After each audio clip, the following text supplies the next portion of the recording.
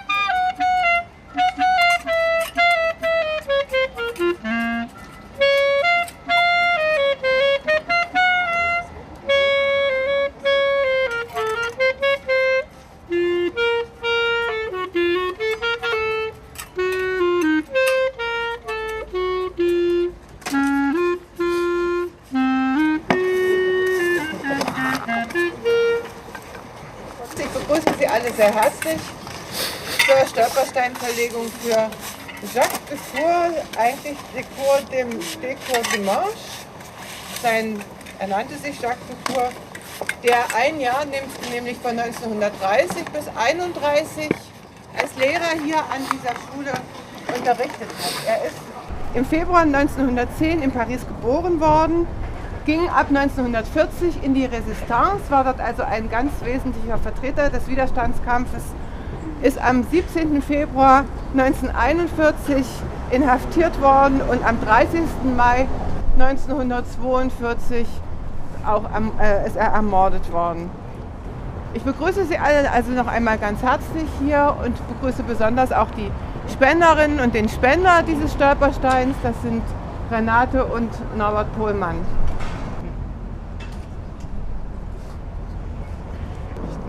Okay, also ich bin sehr froh hier zu sein und zwar als Vertreterin des Gymnasiums, der Jacques Decour Namensgeber hat, und ich freue mich hier also Nachwuchs zu sehen und ich freue mich auch, dass da heute die Stolpersteinverlegung hier stattfindet als Steinspur für die Anwesenheit von unserem Namensgeber dazu.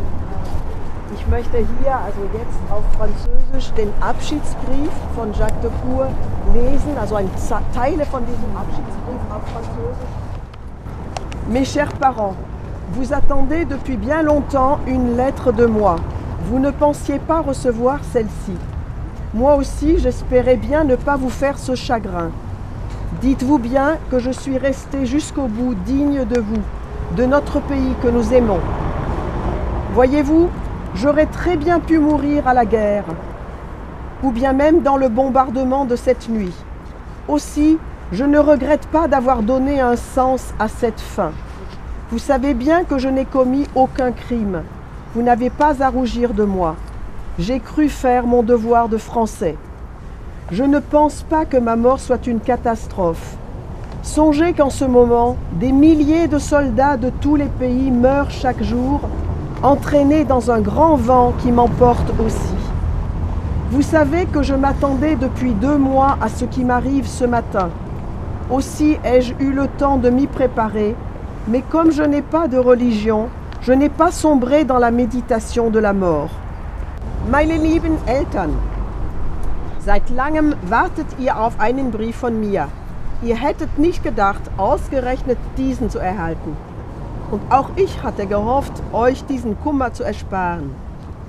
Am besten sagt ihr euch, dass ich mich zum Schluss eurer und des Landes, das wir lieben, würdig erwiesen habe. Ich hätte doch auch im Krieg oder beim Bombenangriff von letzter Nacht sterben können. Überdies bedauere ich es nicht, dass ich diesem Ende einen Sinn verliehen habe. Ihr wisst ja, dass ich überhaupt kein Verbrechen begangen habe. Ihr müsst euch meiner nicht schämen. Ich habe meine Pflicht als Franzose getan. Mein Tod ist, glaube ich, keine Katastrophe. Denkt nur daran, dass zurzeit jeden Tag Tausende von Soldaten aus aller Herren Länder sterben. Sie werden hinweggefegt von einem Sturm, der auch mich mit sich reißt. Ihr wisst nun, dass ich bereits seit 2 Monaten auf das warte, was mir heute Morgen widerfährt. Also habe ich Zeit gehabt, mich darauf vorzubereiten. Aber so wenig ich eine Religion habe, so wenig habe ich finster über den Tod nachgegrübelt. Je me considère un peu comme une feuille qui tombe de l'arbre pour faire du terreau, la qualité du terreau, pour faire du terreau. La qualité du terreau dépendra de celle des feuilles. Je veux parler de la jeunesse française en qui je mets tout mon espoir. J'ai beaucoup imaginé ces derniers temps les bons repas que nous ferions quand je serai libérée. Vous les ferez sans moi, en famille, mais pas tristement, je vous en prie. Je ne veux pas que votre pensée s'arrête aux belles choses qui auraient pu arriver, mais à toutes celles que nous avons réellement vécues. Si vous en avez l'occasion, faites dire à mes élèves de première par mon remplaçant que j'ai bien pensé à la dernière scène d'Egmont, à la lettre de Theodor Körner à son père, sous toute réserve de modestie. Ich kam mir eher wie ein Blatt vor, das von einem Baum zur Erde fällt, um Humus zu werden. Wie gut der Humus ist, hängt davon ab, wie gut die Blätter sind. Ich spreche von der französischen Jugend, in die ich meine ganze Hoffnung setze. Meine geliebten Eltern, zweifellos werde ich in Suresnes sein, aber ihr könnt vermutlich, wenn ihr das wollt, meine Überführung an den Montmartre erbitten. Euch in diesen Schmerz zu stürzen, sei mir verziehen. Seit 3 Monaten ist eure Ungewissheit meine einzige Sorge. Und in diesem Augenblick besteht sie darin, euch ohne euren Sohn zurückzulassen, der euch mehr Leiden als Freuden gebracht hat. Doch schaut, er ist ja noch zufrieden mit dem Leben, dass er gelebt hat und das recht schön war.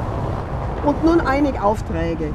Derjenigen, die ich liebe, habe ich einen Brief hinterlegen können. Wenn ihr sie hoffentlich bald seht, schenkt ihr eure Zuneigung. Das ist mein dringlichster Wunsch. Es wäre auch sehr gut, wenn ihr euch um ihre Eltern kümmern könntet, die viel durchmachen. Sagt ihnen doch, dass es mir leid tut, sie auf diese Weise im Stich zu lassen. Es würde mich trösten, wenn ihr ihnen ein wenig den Schutzengel ersetzen könntet. Gebt ihnen die Sachen, die in meiner Wohnung sind und ihrer Tochter gehören. Die Plejadbände, die Fabeln von La Fontaine, den Tristan, die 4 Jahreszeiten, die kleinen Küken, die beiden Aquarelle, das Mappenwerk der Quatre Pavés du Roi in Versailles. Ich wünsche, dass mein Freund Michel meine persönlichen Sachen erhält. Umarmt die 3 von mir. Ich möchte nicht, dass eure Gedanken um die schönen Dinge kreisen, die mir noch hätten zuteil werden können. Denkt lieber an all das, was wir wirklich erlebt haben. In diesen 2 Monaten in Isolierhaft, ohne Lektüre, bin ich all meine Reisen noch einmal gereist, habe ich all meine Erfahrungen noch einmal gemacht und all meine Mahlzeiten noch einmal angenommen. Sogar einen Plot für einen Roman habe ich entworfen. Der Gedanken an euch war mir nie fern. Wenn ihr dazu kommt, lasst doch bitte immer auf eine Vertretung meinen Schülern aus der Premiere ausrichten, dass ich bei aller gebotenen Bescheidenheit durchaus an die letzte Szene des Egmont und an den Brief Theodor Körners an seinen Vater gedacht habe. Toutes mes amitiés à mes collègues et à l'ami pour qui j'ai traduit Goethe sans trahir. Il est 8 heures. Il va être temps de partir. J'ai mangé, fumé, bu du café. Je ne vois plus d'affaires à régler. Si, il y a chez Madame Politzer au 170 bis rue de Grenelle des objets qui m'appartiennent. Tâchez de les récupérer. Il y a aussi votre mémorial de Sainte-Hélène. Mes parents chéris, je vous embrasse de tout mon cœur. Je suis près de vous et je sais que votre pensée ne me quitte pas. Votre Daniel. Ma petite Brigitte chérie, ton papa ne t'a pas beaucoup vue depuis quelque temps, mais il a bien pensé à toi. Dis à ta maman que je lui fais confiance pour faire de toi une fille forte, ferme, gaie, bien solide sur ses 2 bonnes jambes. Travaille bien et tâche de devenir une bonne pianiste. songe souvent à ton grand ami de papa et à toutes les bonnes parties que nous avons faites ensemble. Je t'embrasse de tout mon cœur, comme je t'aime, et j'embrasse ta maman, Daniel. Grüßt meine Kollegen und den Freund, für den ich Goethe übersetzt habe, ohne ihn zu verfälschen. Es ist 8 Uhr, Zeit zu gehen. Ich habe gegessen, geraucht, Kaffee getrunken. Es gibt nichts mehr zu erledigen. Halt, noch etwas.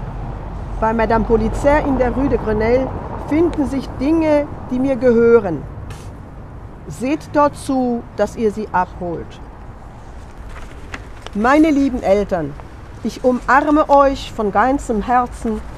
Ich bin euch nahe und ich weiß, dass ihr stets an mir denkt. Euer Daniel. Meine geliebte kleine Brigitte, dein Papa hat dich in letzter Zeit nicht oft gesehen, aber er hat doch an dich gedacht. Sag deiner Mama, ich vertraue darauf, dass sie aus dir ein starkes, selbstsicheres, fröhliches Mädchen machen wird, das mit beiden Beinen fest auf der Erde steht. Sei fleißig und bemühe dich, eine gute Klavierspielerin zu werden.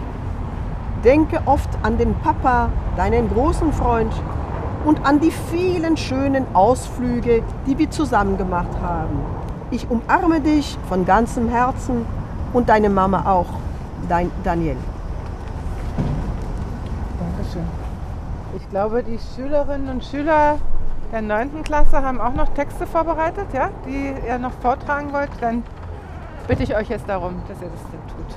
Von meinem Fenster aus blickte ich über eine Querstraße auf die Hauptstraße, auf der ein Regiment vorbeimarschierte. Ein ziviles Regiment. Khakibraune Hemden, unbedeckte Köpfe, kurze Hosen, schwere Stiefel. Diese Leute defilierten höchst ordentlich und voller Ernst. Sie sangen ihre halb religiösen, halb soldatischen Hymne recht gut. Dass so viele Stiefel gleichzeitig aufs Pflaster stampften, der Block dieser kräftigen Stimmen, der heitere Anblick der Muskeln und diese ruhigen Gesichter vermittelten den Eindruck von einer beherrschten Kraft. Es müssten Hunderte oder Tausende gewesen sein. Ich hörte auf, der Betrachter am Fenster zu sein. Der immer gleiche Rhythmus der Stimmen und die Schritte durchfuhren mich. Immer stärker wurde ich von der Gemeinschaftsstimmung, die sie einflößten, mitgerissen. Um ein Haar hätte ich mitgesungen. Auch die kleine Küchenhilfe, die am Rand des Bürgersteigs stand und seit nunmehr 5 Minuten mit ausgestreckten rechten Arm salutierte, erschien mir nicht mehr lächerlich. Was verblüfft, ist ihre Selbstsicherheit. Mit 17 scheinen sie sich schon in allen Fragen festgelegt zu haben. Sie wissen ganz genau, was sie lieben und was sie verachten. Und sie halten damit nicht hinter den Berg. Was halten Sie von Heine? Habe ich sie gefragt. Heine ist kein Deutscher. Warum? Er ist Jude. Und außerdem, sein Talent hat nichts Deutsches. Er gehört nicht zu den unseren. So kategorisch zeigen sie sich in allem. Sie beurteilen ihre Lehrer nach deren politischen Meinungen. Beim Wort Pazifist verziehen sie vor tiefem Ekel ihr Gesicht. Ich befragte sie nach einem ihrer Lehrer, der mir gegenüber in 2 linkischen, aber aufrichtigen Worten viel Sympathie für Frankreich bekundet hat. Dieser Herr taugt nicht viel. Er ist Sozialdemokrat.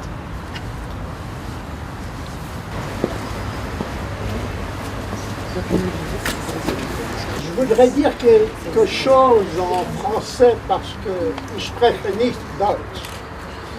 Aber quand j'ai appris que le lycée de Magdebourg voulait rappeler le souvenir de Daniel de Courdemanche, Jacques Decour, je suis entré au lycée Jacques Decour en 1942.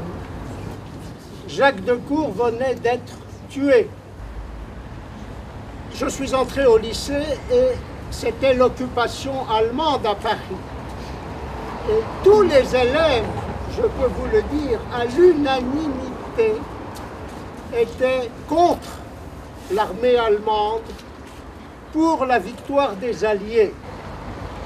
Les hasards de la vie ont fait qu'après avoir exercé la médecine en France en particulier à Strasbourg, en Alsace, où la culture française et la culture allemande sont étroitement mêlées, nous avons abouti à Genève, en Suisse, je suis entré à l'Organisation mondiale de la santé. Maintenant, je suis retraité. Quand j'ai appris que l'association des anciens élèves du lycée Jacques Decour, dont je fais partie, allait participer à cette Stropfenstein pour Jacques Decour, et d'avoir choisi la date du 11 novembre, qui est une date hautement symbolique, puisqu'elle marque la défaite des armées allemandes en 1918, j'ai été très ému et j'ai décidé que nous participerions, mon épouse et moi-même, à cette cérémonie. Je voudrais simplement dire à cette belle jeunesse, où je vois un représentant de l'Afrique, un représentant de l'Asie, avec toute cette jeunesse allemande, je voudrais leur dire combien l'idée du militarisme, l'idée du chauvinisme, du nationalisme étroit est épouvantable, et que l'amitié entre les peuples, tout en restant patriote, aimant son pays, est absolument essentielle. Dans ce 21e siècle qui s'annonce très difficile, je vous souhaite le bonheur.